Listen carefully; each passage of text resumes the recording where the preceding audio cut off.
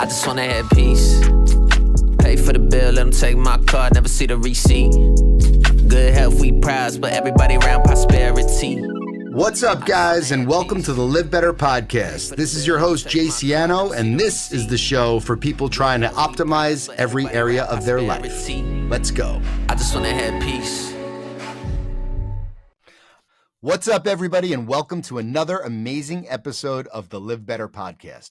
Today is the first episode of season 2, and it's exciting because the subject matter here is a little intimidating for me. I'm not going to lie, but this guest is good friends with Erica Spiegelman, and we had to have her on season 2 because of the fact that I'm intimidated, right? I can't steer clear of those things. That's what this is all about, growth. So today we have Dr. Kate Balestrieri. Dr. Kate is a licensed psychologist, clinical and forensic in California, Florida, New York, and Illinois. She's also the founder of Modern Intimacy.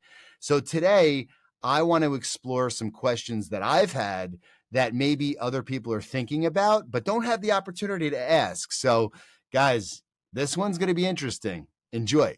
Hello, everybody, and welcome to the Livbtr podcast. I am Jay Ciano. I have an amazing guest today.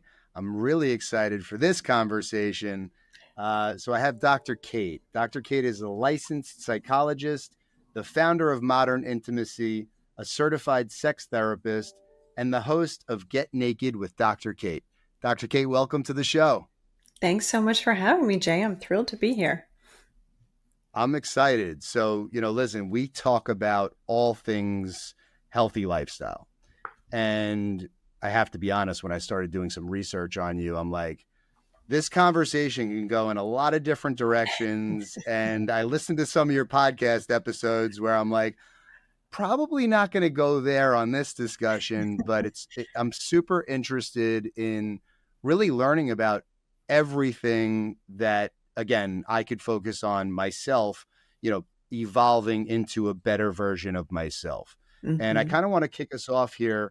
And we'll give you time to really, introduce yourself as well. But I read something that I thought would be a good spot for us to start. So the spicy truth. Sex isn't only enjoyable, it is also a secret weapon for improving health and wellness. Regular intimacy can reduce stress, boost mood, improve sleep, and even strengthen your immune system. I mean, if that's not, living better and all the things that we're trying to accomplish here, I don't know what is. Exactly. I love that quote. The thing about sex, I think that a lot of people grow up getting information incorrectly about is that for a lot of folks, sex is this like compartmentalized thing that happens over here in either the dark corners of their minds or in specific moments in their lives. But sexuality is a really important and integrated part of who we are. So our relationship with sex will actually tell us a lot about our relationship with life and with the world and with creativity and with openness and trust. So sex is a powerful experience in and of itself, but it's also a powerful communicative messenger for how we live life as a whole. Sure. And I think men in particular and, my peer group and contemporaries, it's something that I'm always thinking about masculine and feminine energy. And it's something I'm really conscious of. And, I think where we grow up, being taught that it's not okay to cry and, you have to, boys don't cry and, you have to be this tough, resilient person. And I have 2 boys of my own, and I find myself parenting in that way. And I think that as a result of, kind of growing up that way myself, my father's a Marine, single family home in Brooklyn, just hard, like the definition of hard. And it's, I think for me, it's been, tough to really get in touch with myself.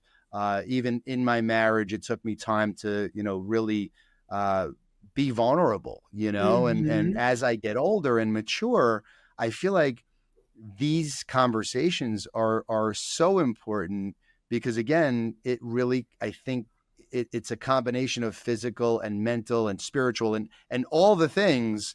And I feel like it's uncharted territory in a way, and you and I were talking offline before we jumped on about, the work that I do with yoga concepts and breath work concepts and mindfulness and all the things. I just feel like it's a untapped category, for people to go to a place and be able to get help with these things.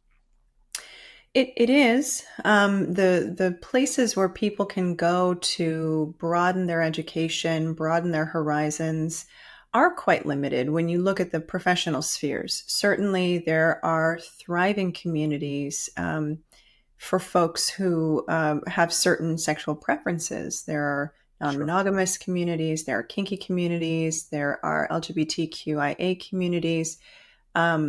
And depending on where you live, those communities can be more or less robust. But in terms of professional resources, a lot of the focus tends to be on what's going wrong in your sex life or what's going wrong in your relationships. And I really think that those kinds of programs are invaluable. And at the same time, I would love to see something that doesn't start from a place of pain or pathology and instead is more positive and expansive from the start. Yeah, so I dove down the rabbit hole a little while researching you, and I'd like to know more about how you got into this field, and how you got here today. If you can give us a little background on yourself. Of course, of course. Becoming a psychologist is my second career. Before this, I was an employee benefits broker, and I just couldn't imagine doing spreadsheets for the next 40 years of my career. I don't wonder why. Yeah. I'm so glad other people love spreadsheets. They're not my favorite. So I went back to school, got a doctorate, and at that point in time, I decided that I was going to be the next Clarice Starling, and I pursued forensic psychology. Spent a lot of time working in correctional settings, primarily with sexually violent persons or convicted sex offenders. I also worked with non-sexually violent offenders, but for the most part, my work was really organized around understanding the motivations behind sexual violence and the rehabilitation process when it's possible. So I did that for many years and then really grew tired of working in such under-resourced settings. It just felt like there wasn't enough growth for me. It was starting to feel a little stagnant. So I transitioned into private practice and started working primarily with folks who were struggling with compulsive sexual behavior or substance abuse and recovery kinds of dynamics. So that worked really well for me. I worked with a lot of people who, when I was working in the correctional settings, who were struggling with compulsive behavior or who were in recovery, not by choice, because of environment. So working with folks who were motivated in non-incarcerated dynamics was really fascinating and so rewarding. And I felt liberated from the confines of being in such an under-resourced setting to being able to work with folks and have more opportunities to introduce innovative and other kinds of treatment modalities. So from there, I had a private practice for many years, and I opened one group practice a few years ago with a colleague, and we focused a lot on trauma and compulsive sexual behavior, compulsive relationship behavior, and that practice closed in the pandemic, and I opened Modern Intimacy. Modern Intimacy is now been Can you tell us also about Modern Intimacy? Yeah, of course. Yeah, of course. Modern Intimacy is a group psychotherapy practice. We are currently a group of 14 of us, and we have therapists licensed in 6 different states across the country. We're always growing. And we really look at working with folks to improve their lives anywhere where sexuality and relationships and mental health intersect. So that includes a wide range of questions and concerns and goals, but we have a really amazing team, and I'm super proud of us. That's amazing. So you said a lot there, and I want to unpack some of it. So I'm fascinated with psychology, and I watch very little television, but when I do, it's murder mysteries and crime television and all the things. So what did you learn when you were working in those situations with people who were Mm. essentially charged with this behavior, and was there were there commonalities, were there things that kind of led you to believe that these types of people ended up in that situation, and how does that translate to the folks that you're helping outside of the folks that are incarcerated? Yeah, I appreciate that question. I learned a lot of things working in that setting. I don't know that I would have been able to articulate this then, but in hindsight, um, I think there is where I really learned about how folks will weaponize sexuality to address other underlying human dependency or relationship needs. This is not new information, but sexual violence is not about pleasure. It's about power. It's about control. But working with offenders who had such a variety of offenses, and who had different conscious motivations in their offenses, I really started to understand just how fragile and vulnerable a lot of the offenders were. That does not excuse their behavior, but when I say fragile and vulnerable, I mean that the offending behavior was the way in which they were trying to prove to themselves that they were okay in the world. Right. Again, that does not excuse the behavior. But it did help me have a different understanding for the humanity of offenders, which I think is important when we look at the reality of sexual violence in 2023. 1 in 3 women, 1 in 4 men, and roughly 40% of the queer community will experience sexual violence before the age of 18. So this is not an anomalous experience. This is not a rare experience. And what that tells us, and the majority of offenders are people known to the victims. So stranger danger is more of a myth than anything else. So what this really tells me is that this is the people that we know and love. These are our brothers, our fathers, our aunts, our grandparents, our neighbors, our coaches. And it's important, in my opinion, to understand the humanity of offenders, because that helps us understand better how we can work toward prevention. Prevention is the goal, right? Sure. And we can't do that if we think folks are monsters or villains or we cannot other offenders and then expect them to get better, right? We have to figure out ways to humanize them, much in the same way they need to learn how to humanize the victims of the violence that they bestow on the world. Those statistics are actually pretty staggering. I mean, that's 1 in 3 females and 1 in 4 males is Or excuse definitely me, higher than I would have thought, but it makes sense. sorry, 1 in 5 or 6, depending on the statistics, Oh, for okay. males. Yeah, sorry about that. Still, still definitely higher than I would have thought. Hmm. And so how do you think this is changing in this, kind of post-COVID environment where, I believe that so many people are dealing with mental health issues Yeah. as a result of isolation, and I think communication as a whole, as a result of social media and all these other technologies that, Hmm. people are adapting to use and not actually being in person as much as they were previously. I think that, people, regardless of whether they're married with families, are generally lonelier right Yeah. now. Hmm. Is that affecting, are you seeing that? Is that a relevant statistic, or am I just making this up? No, no, you are speaking a truth for sure.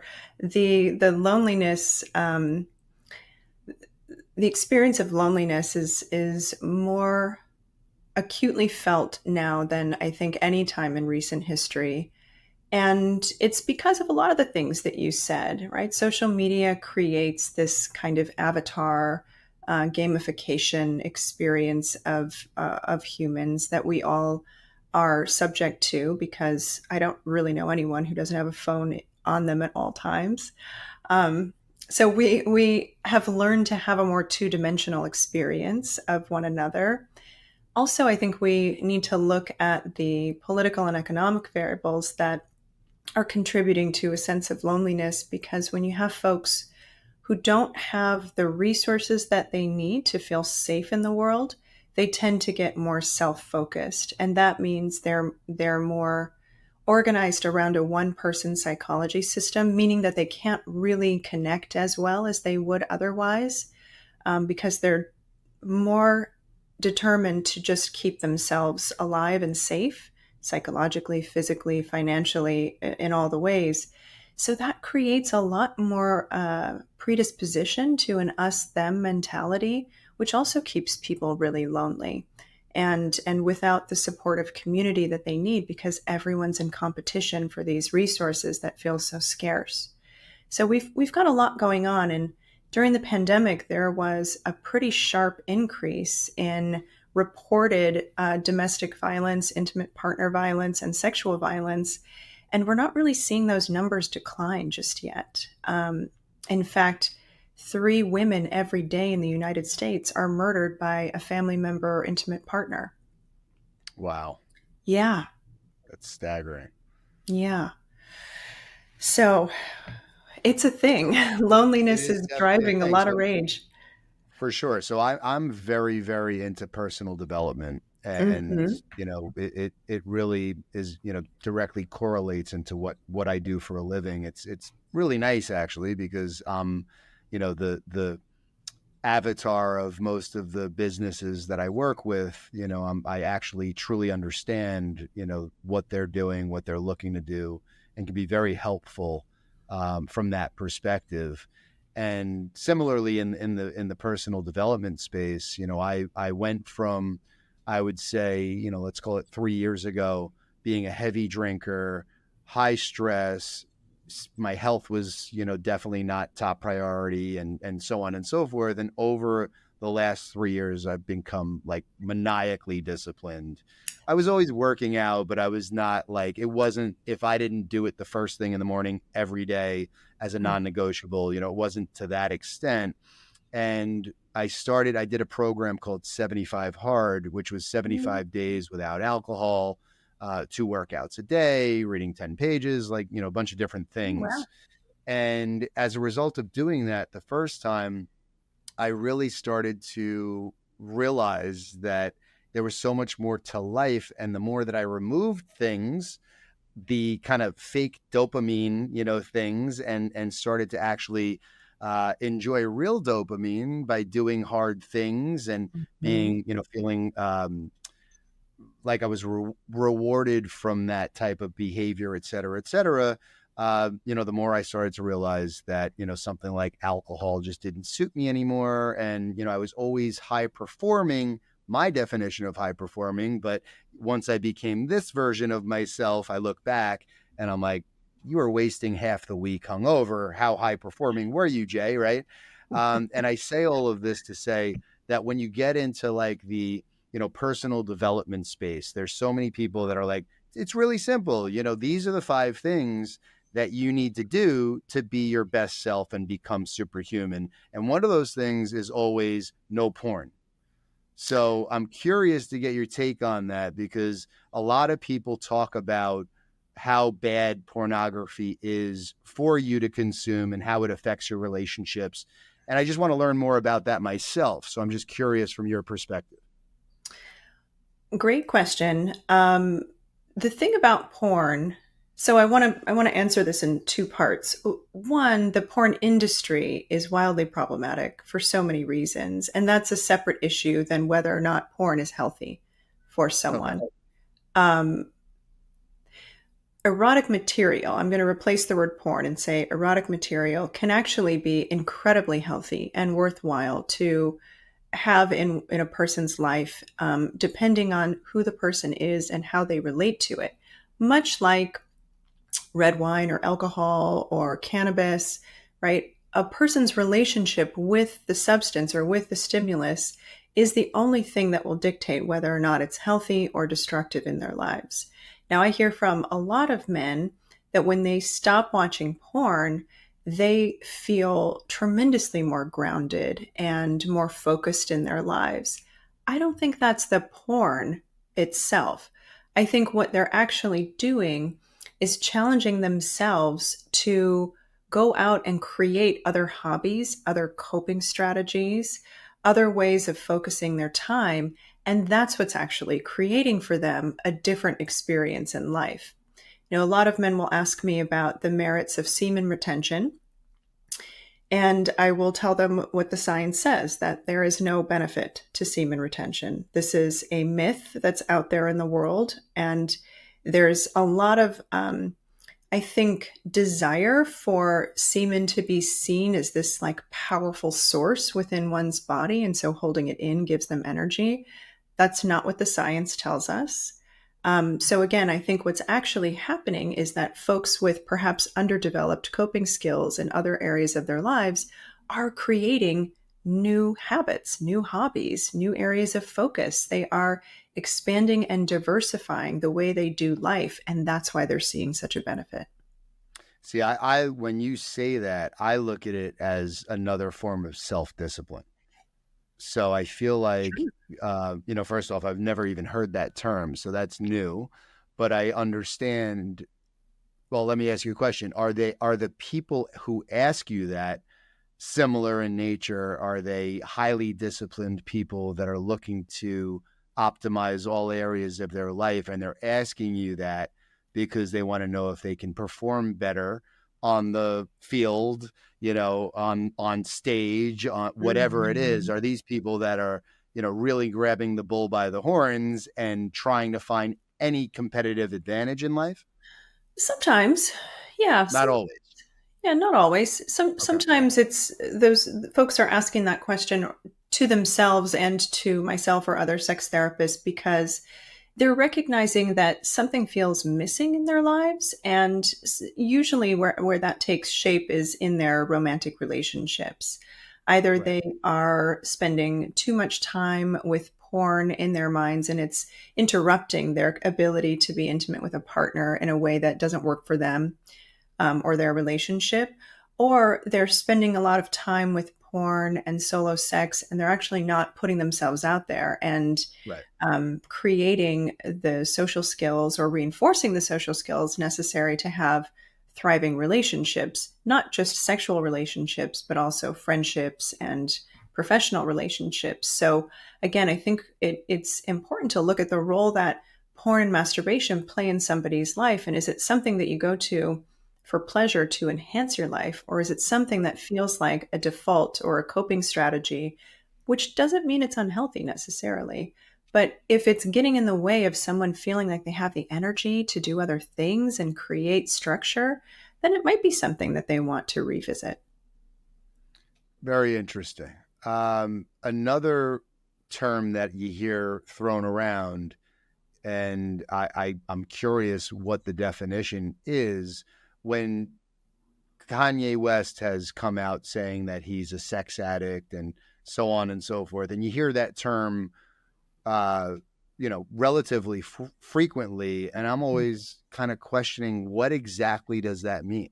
Yeah. Like, when Kanye classifies himself or somebody else classifies him as that, and I'm just using him as an easy example because I've heard him say it on multiple occasions, what does that mean? Well, I'm not going to speak about Kanye West. I don't know him. I don't expect his this. story. But the thing about sex addiction or porn addiction is that even within the mental health field, these are really controversial terms. And there is not a cohesive agreement among professionals around the validity of these terms. So I'm trained in both camps. There's a camp of sex addiction therapists. There's a camp of sex therapists. So I have the perspective of both. And what I'll say is that sex addiction, there's a lot of science that indicates that the part of the brain that lights up with other addictive processes is also in play for some folks with compulsive sexual behavior. Now, there's also a lot of science that says that sex is not the variable. It's not the stimulus. It's the ritualization. It's the compulsive behavior. Much like we might say someone isn't addicted to food per se, they're addicted to the ritualization of either abstaining from food or indulging in food. So it's important to look at this as and with an understanding that the stimulus here is not the thing that people get compulsive around.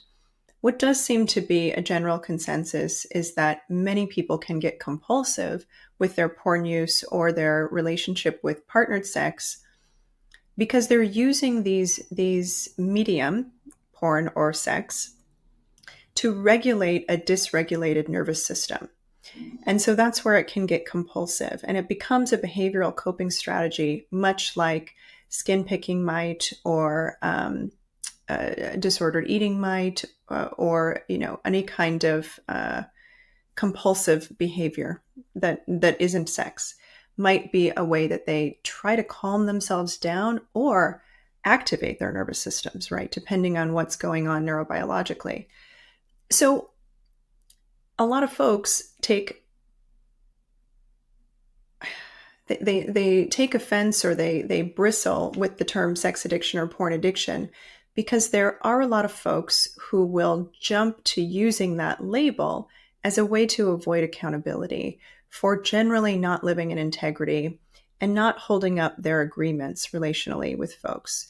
And I think that's where the term sex addiction has gotten kind of a bad rap, because there are a lot of people using that language to basically say, it's not my fault, I can't help it, it's a disease. And the science just isn't clear that that's the case. Maybe at some point we will have that information, but right now that's just not what the science is saying. That was a great, that made it a lot more clear for me. I do appreciate that explanation. Yeah. What do you do to stay healthy and continue to live better? What does that mean to you? Yeah. Well, for me, it's definitely an integrated practice. I get a lot of joy in my work. So I'm writing right now. I'm writing a book, and that creates some balance in terms of seeing clients and also managing the business end of my practice. I supervise unlicensed folks and students, so I give back in my work a lot. But outside of work, I do a lot of movement. I try to get to the gym. I've not been very consistent over the pandemic, but I'm getting a stride back now. So I do a lot of movement and exercise, and I try to cook and have really delicious food when I go out. I'm big in the foodie area. And then I try to incorporate pleasure every day, sometimes sexual pleasure, sometimes non-sexual pleasure, and just really make it a point to do something that brings me some kind of pleasure or joy.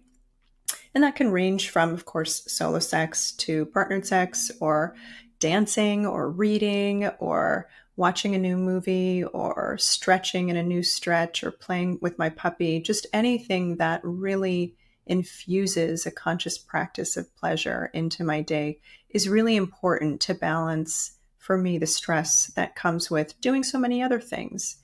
Sure. I'm trying to think what else. Travel. I love to travel and just go lay on a beach somewhere and rest and enjoy some vitamin D. Yeah, those kinds of things. Do you have a morning routine or an evening routine that you repeat daily? Is that something you subscribe to?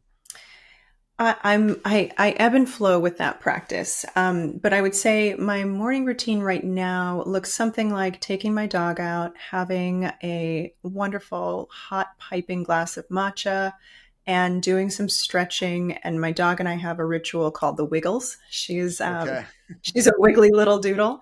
And she just sort of wiggles around me and gets some scratches and eats her breakfast. So that's a really fun, grounding, somatic practice for her and me in the morning.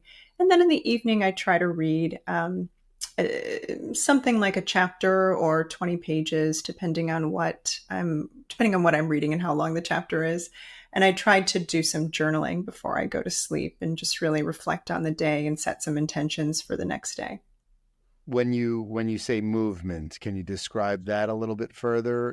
Do you incorporate some yoga? Do you Mhm. do anything that I would know, or do you go to a Pilates studio, or do you any of those things? I think you actually have yoga.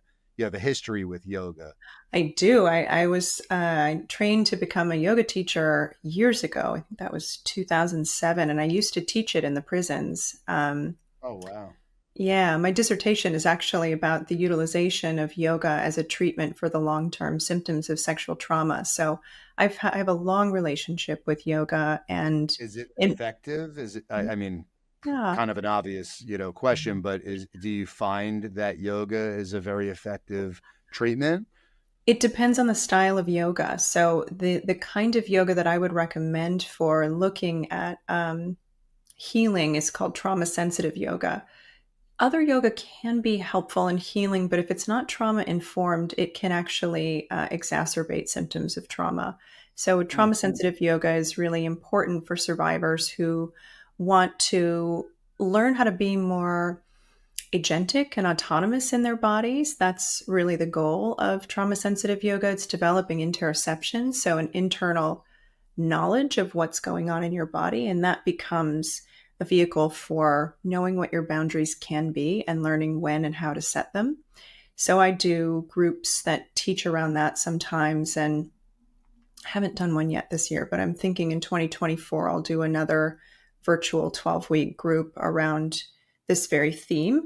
But back to your original question, I do practice yoga periodically. I go to the gym. Sometimes movement just means going for a walk in the morning with my dog and making it to the end of the street corner and back. Walking's I think the most underrated thing on the planet from a movement perspective. Totally.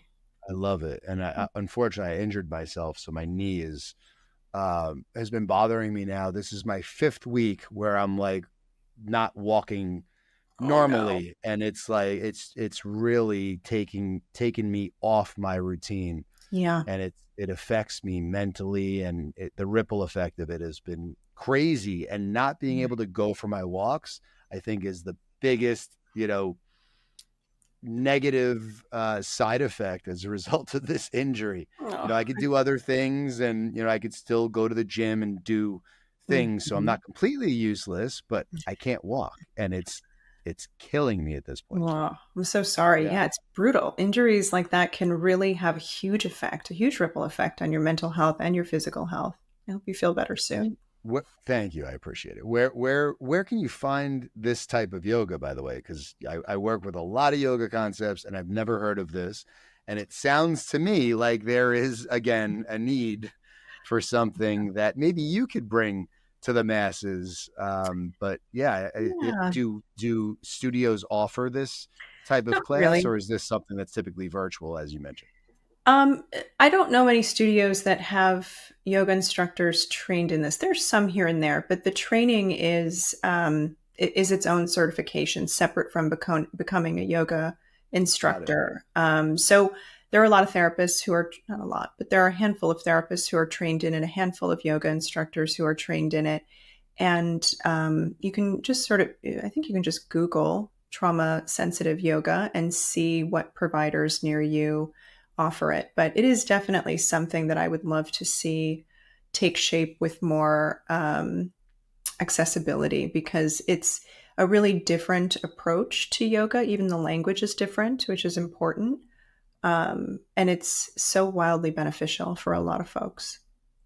And as I mentioned to you earlier, I saw you do a podcast with somebody who is part of the Othership app, Mhm. and I'm a fan of Othership as a concept. I just recently walked their space in Flatiron in New York City that's under construction, and they're great guys, and I Yeah. love what they do, and I think it's a really exciting concept, that people are going to really enjoy. And I do a lot of work with Breathwork Studios. I Mhm. represent company called Open that's based in Venice. Oh, great. And they have a great breathwork studio, and they do movement and other things. And actually they have a sauna and ice bath component, and I do sauna and ice bath every day. It's a big part of my routine. Nice. Yeah, I love it. What are your thoughts on breath work? And, do you use it? I'd love to just hear your thoughts on it. I do. I do use breathwork practices. I'll say this is an area where I would like to be more consistent. It Writing a book has thrown me off everything that I do. I would imagine, yeah. Yeah. And Well, I need to do that. So when I will be doing that. Like our yeah, friend Erica, I will be yeah, doing that as well. exactly. Yeah, it's a labor of love, and it's been certainly a time sacrifice, but a worthy one. But yes, I do practice breath work, and I love it. It, for me, is a way to completely open up and be in the body with, trying to think about how to phrase this. Because you can decide the different kinds of breath work that you need in the moment, you can almost play pharmacist for your nervous system in a sense, right? If you're feeling down, you can practice different kinds of breath work that might lift you up and create some movement and activation and energy in your body. And if you're feeling kind of frenetic, there are other forms of breath work that help with grounding and being more present. So I think that it's a really valuable resource and something that I'm frequently talking about with clients to help them gain more presence in their bodies and feel more alive and contained in their bodies, because it's a beautiful practice. It is, and I can relate because I've started doing it, Hmm. definitely not consistently, and I'm just very interested in adopting it more and learning more about it. Um, and I think that it's a good segue. It goes hand in hand with with psychedelics, Yeah. and maybe we could talk a little bit about that as well. Hmm. Hmm. I know that are you currently in the process of getting certified? I think you mentioned. Yeah, my certification will be complete in October. So after that, I'm just waiting for MDMA and psilocybin to become legalized in the states where I practice. And then it will be um, something that I regularly incorporate for clients who are interested. Yeah, and ketamine has become pretty popular in that space as well. Can you Mm-hmm. maybe give us, I was going to say the audience, but I'm curious too, the difference and what, MDMA versus ketamine versus psilocybin or mushrooms and microdosing, maybe what the different uses? Yeah. Well, the investigational use of each of these substances has targeted some similar and some different clinical questions.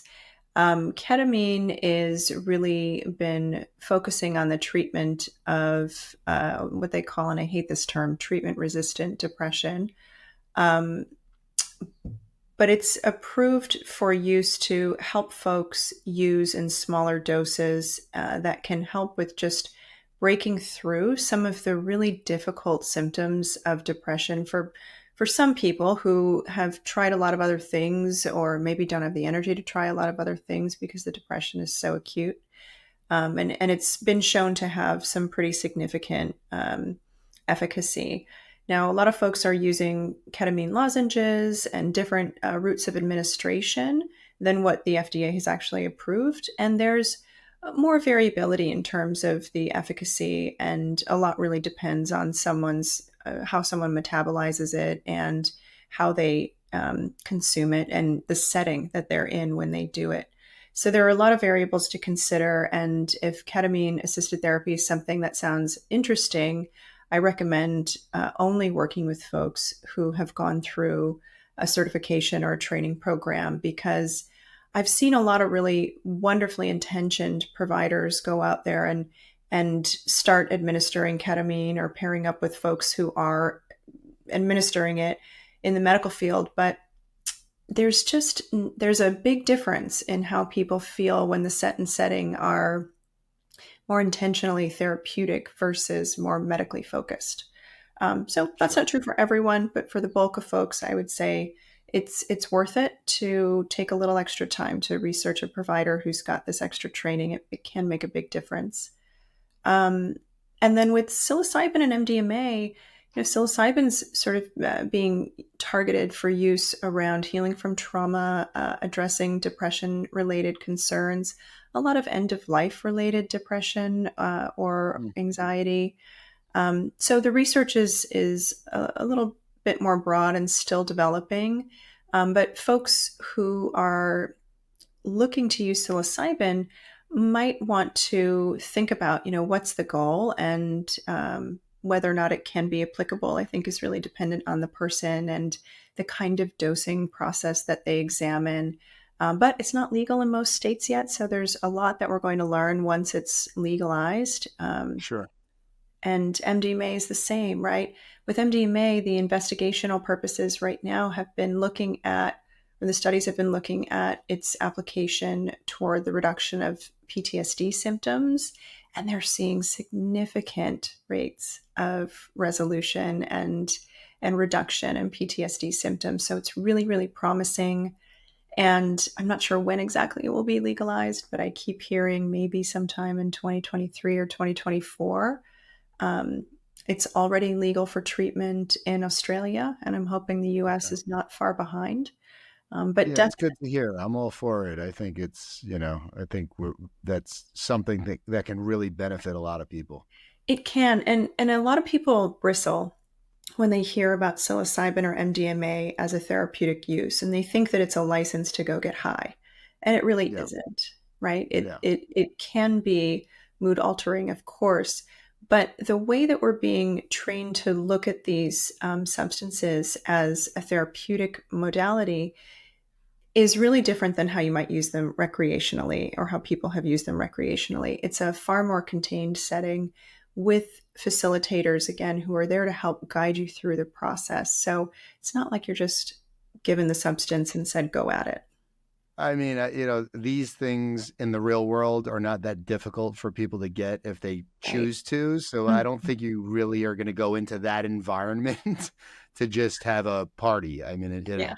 who knows? I could be wrong, but I think that when in the right environment, with the right professionals around you, Mhm. for people that are really trying to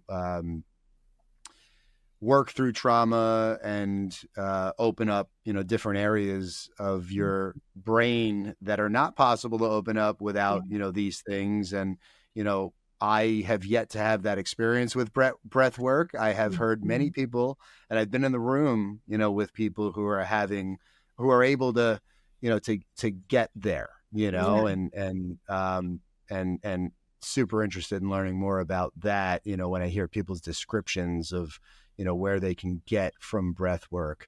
Again, I haven't had enough experience with it to really, I think um, you have to get comfortable enough where you're not, you're not self-conscious and too in your head, which is Mhm. also why I have a difficult time meditating.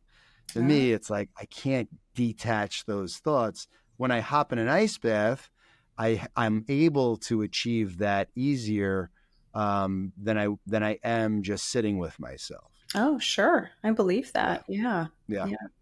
And I will say that the removal of alcohol for me has been the biggest life optimization tool. And Mhm. for the first time, I lost my mother when I was young. Mm. And for me, that trauma, I went straight to alcohol and becoming a workaholic. And that Mhm. was a great formula for me because I just numbed my senses and kept it moving. And then fast forward, 20 plus years later, I woke up one day and I'm like, this isn't really, I don't think that I've healed the loss of my mother, Mhm. that happened so many years prior, and removing those numbing agents and tools that were really convenient for me at the time Sure. enabled me for the first time to like actually sit with myself and Yeah. sit with those thoughts. And It's been an amazing experience from that point, from that decision point. So what would you say for our audience before we close? What would you say to them about, different things that maybe they could think about if they're looking to live better themselves? Are there any tips that you could provide for them? I mean, there are so many things that can help with improving a holistic sense of self and an improvement in life. But when I think about maybe the easiest place to start and perhaps the most easy in theory, difficult in practice, but most rewarding is to incorporate a daily pleasure practice and to really I think think about. everyone should incorporate at least a daily, one or two daily pleasure practices. Yeah, and it can be something really small, like really sitting down and savoring eating a cutie orange, right? And eating it mindfully and enjoying every burst of the citrus in your mouth. That can be a pleasure practice. And it can also be something more elaborate, like going out and treating yourself to something that you may not otherwise do, maybe an expensive candle or a dinner somewhere.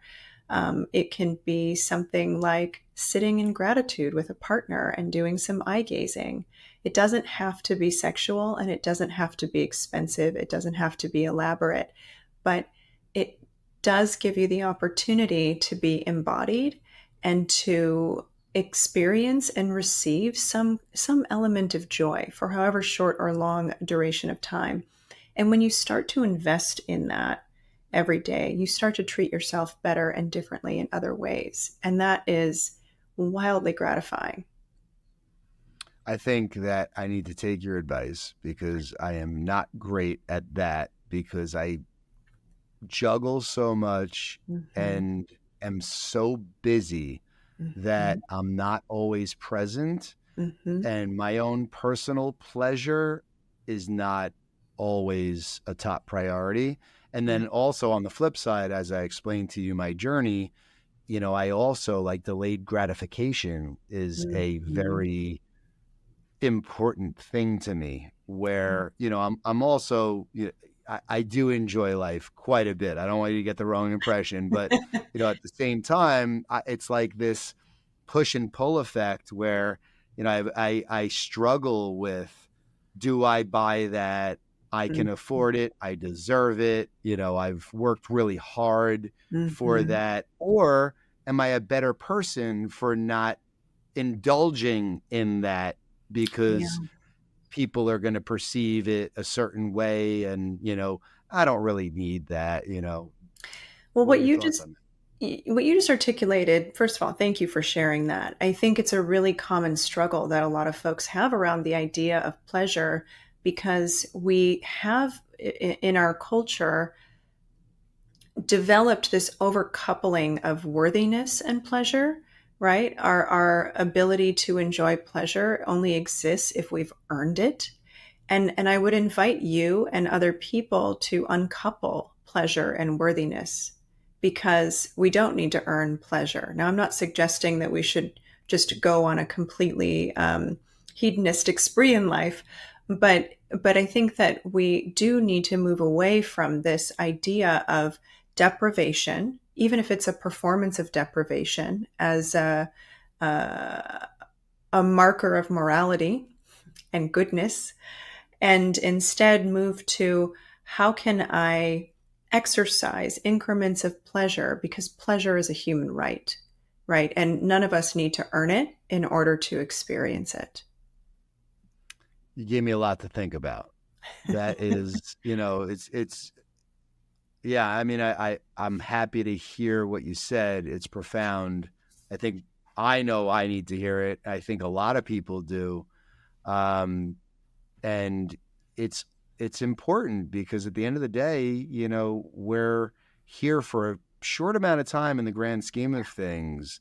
And, we all are chasing success where Mhm. we want validation, we want all the things, and Mhm. sometimes we're not giving ourselves enough grace Yeah. to even enjoy the things we, have accumulated along the way.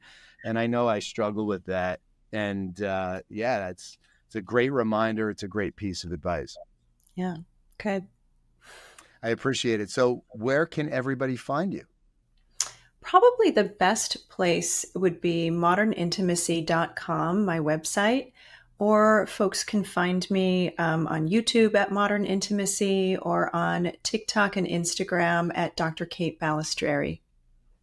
Amazing. Well, thank you, Dr. Kate. This was an amazing conversation. I got a lot out of it, and I really look forward to keeping in touch. I would love that. Thank you again for inviting me on your show. This was wonderful. Thank you.